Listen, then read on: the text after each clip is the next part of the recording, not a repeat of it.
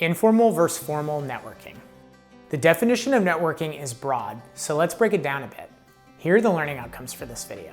By the end of the video, you should 1. Understand the difference between informal and formal networking. 2. Be able to give examples of informal and formal networking events. 3. Understand advantages for both types of networking.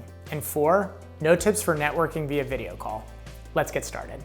All networking interactions can be separated into 2 categories, informal and formal. There are a couple factors that define this separation. The first factor is the number of people involved in the interaction. For informal networking, there will only be a small group of people, or maybe even just you and someone else, present. For formal networking, there will be a larger group of people present. The second factor is the structure of the interaction. Informal networking is more relaxed, whereas formal networking is more structured. Examples of informal networking include meeting someone for coffee, lunch, drinks, etc.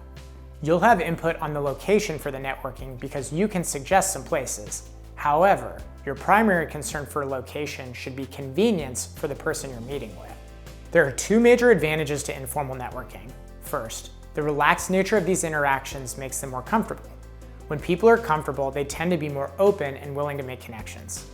The second is that there's less competition. Just like you'll face competition while applying for a job, you'll also face competition for networking time.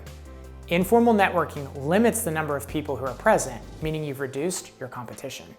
Examples of formal networking include career fairs, industry association events, trade shows, professional associations, and so on. The main advantage with formal networking events is unity of purpose. What I mean by this is that everyone at these events is united by either their industry, interest, or goal to recruit employees. Since everyone's on the same page, you have a group of people in one place that can help you with your job search.